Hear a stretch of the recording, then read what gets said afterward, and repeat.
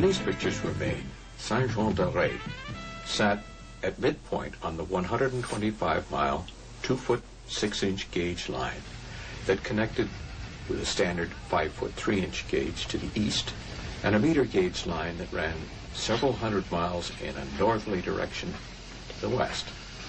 The meter gauge was once a part of this same 2-foot 6-inch empire with some 60 steam engines, including even Shays and Mallows, virtually all of them Baldwin locomotives from Philadelphia.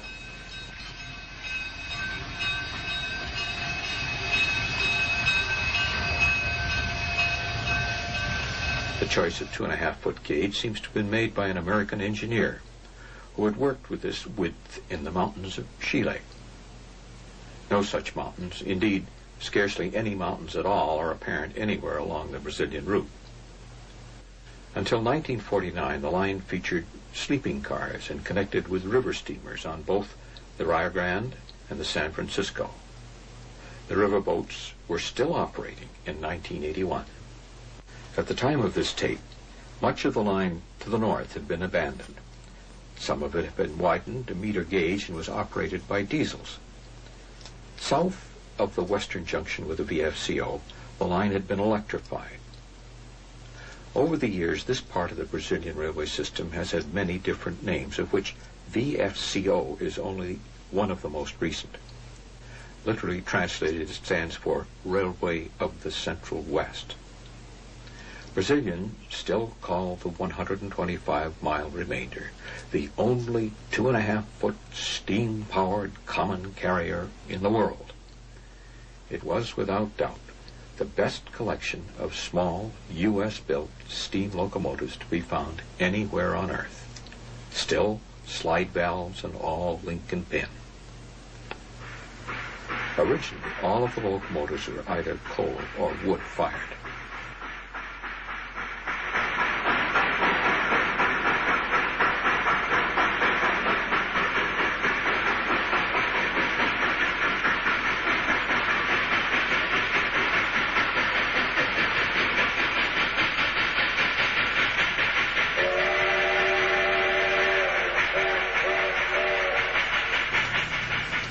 This is the shell of what was once an 18-stall roundhouse, which burned in 1972. It has since been reconstructed at a cost of $3 million, which included even the recasting of the elaborate cast-iron roof supports. The turntable has been restored and turns once again. The structure is part of a railway museum which displays the first locomotive acquired in 1881 and a collection of restored rolling stock, including coaches built by Harlan and Hollingsworth in Wilmington, Delaware.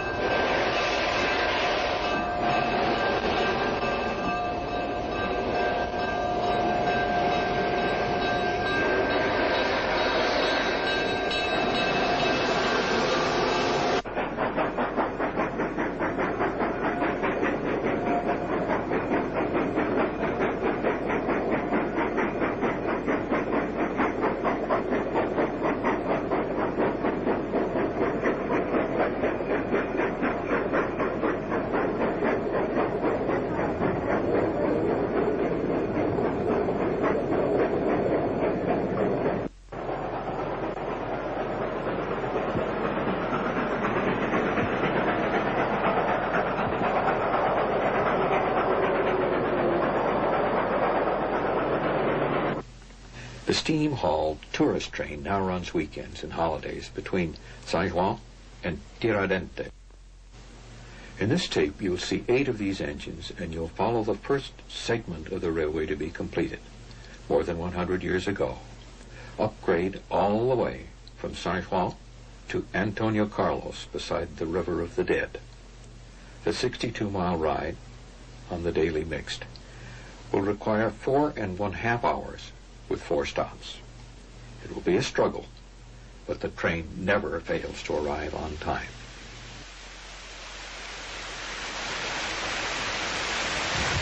The lifeblood of the railway was always freight, and in later years that was largely cement.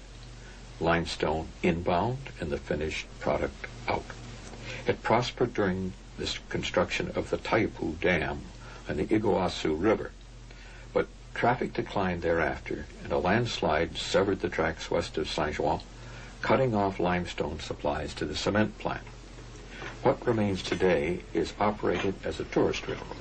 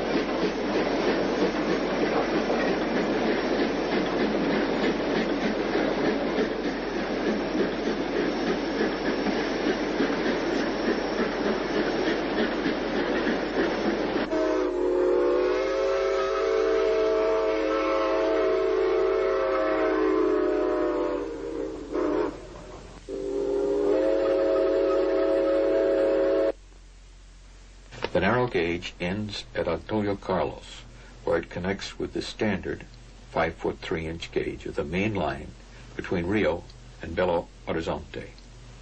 In the background you can see the Brazilian version of the GP-38 roaring through town with a string of hoppers loaded with iron ore for the steel mills at Rio.